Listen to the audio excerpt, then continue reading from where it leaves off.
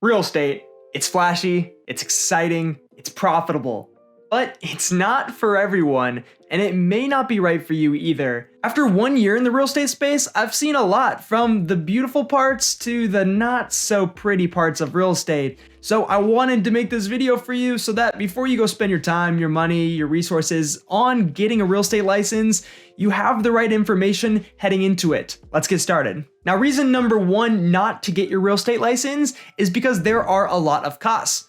Now, it depends on how much money you have saved up. Some people view $1,000 as a lot, some don't, but you should expect about $1,500 just to even get started. From there on out, you should expect about $1,500, maybe $2,000 every single year just to keep up with your MLS fees and your continuing education.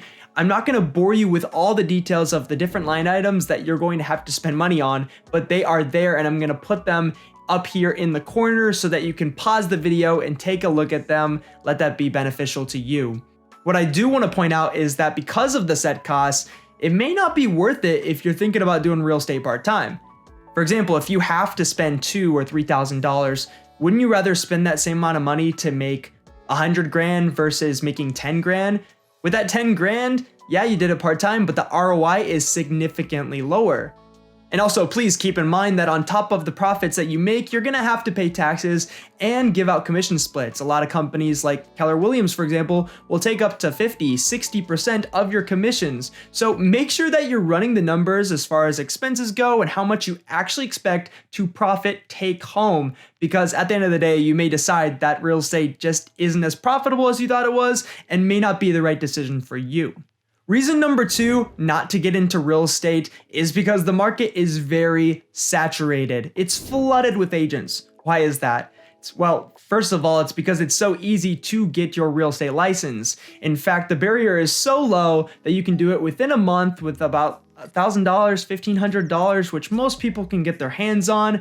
It's really not that hard to get your real estate license. It's especially hard to stay in the game because there are so many competitors in the field. And now you have big companies coming in that are buying up houses and salarying agents and just making this market even more saturated. So if you're looking for something more sure, less competitive, real estate might not be a good fit for you. Reason number three to not get into real estate is because there's a lot of instability when it comes to the amount of clients you have and thus the income that you can make. On top of that, you don't have a lot of the same benefits that you get at a normal job, like maybe a pension or a retirement account, things like that. Now, there's ways to get around that, of course, if you're serious about real estate, but keep in mind, you are not very protected as a real estate agent. So, for example, there's liability issues that you have to be very careful about. You don't want to get sued and lose everything. Maybe you need to create yourself an LLC, which just is an extra thing to have to do. On top of that, I mean, we're going into a market right now where it's kind of no one wants to sell, no one wants to buy, there might be a recession. Not necessarily the best time to be a real estate agent. And while I wouldn't recommend trying to time the market for investing, and I wouldn't recommend it for becoming an agent, here's the deal. If you're not willing to stick it out and get through the hard times, which they're going to happen, then you can't be a successful agent in the good times. And of course, as the market changes, your number of clients is gonna change. It's not always gonna be a consistent flow of deals coming in. Especially when you start off as an agent, there might be several months before you even make a dime. And even experienced agents are still vulnerable to slumps in which they don't make as much money. So if you're expecting a consistent paycheck and all the benefits that come from a normal salaried job, well, you may need to look elsewhere. Reason number four to not get into real estate is it takes time to make money. Yeah, it takes a few months. No, sometimes it takes someone a full year just to get their first deal. And even if they get one right off the bat, that may be the only one they get for the entire year. It usually takes about 1 or 2 years just to get to a point where you're starting to get the hang of things. And so at the very least, you need a financial runway. What is that? That's where you have savings built up so that it will cover the months where you're not making as much or making anything at all so that you can stick it through. Here's some crazy facts for you. 90% of realtors quit within the first 5 years. So the good news is if you can last 5 years, you will be in the top 10% of real estate agents. That is insane to me. Of course, you have to have vision, you have to think long term, and you have to have the financial planning so that you can get through those 5 years.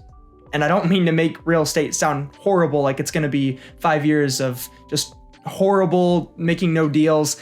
But listen, it's gonna be challenging. You are starting a business. And so that leads me to reason number 5 why you might consider doing something other than real estate. And that's because you are on your own. You wanted to do real estate because you wanted to be your own boss and have control over your own hours and all that jazz that just sounds so sexy with entrepreneurship. But here's the actual truth. As an entrepreneur, you are working probably more hours. You're working odd hours, meaning weekends and holidays, and everything is up to you. So you are running real estate like a business, or at least you should be. So guess what? You are now the accountant. You are now the tax guy. You are now customer service. You are doing the paperwork and the marketing and the social media. Am I overwhelming you a little bit? Well, that is what entrepreneurship is, and don't be mistaken, being a realtor is being an entrepreneur. You are starting a business and you have to act like it. You have to commit to it. And if it runs into the ground, it will be on you. Now, of course, later on, you can delegate tasks and you can even turn real estate into a passive business. But my goodness, that takes time. That can take 4, 5, even more years to get to that kind of level. And again, 90% quit after 5 years. Now, it's been said that 90% of agents suck and 10% are doing the top deals. And based on what we've just covered, that makes complete sense. Those aren't cold hard facts, but that's the general consensus. And I've seen it played out in the real world. So the good news for you is if you're serious about real estate and you want to do this, if you can get through those 5 years, have the vision, have the consistency, treat it like a business, then you can be a top performer and actually turn this into an incredible business. And that is why I love real estate. You can find freedom from a corporate job, a career that you're passionate about, and scalable income. And it's an ever-growing industry with a big need for strong leaders. There are so many ways to make money in real estate, so if you want to learn how to do that, I want to encourage you to watch this video here on my right, where I can help you get started. Thanks for watching. I'll see you next week.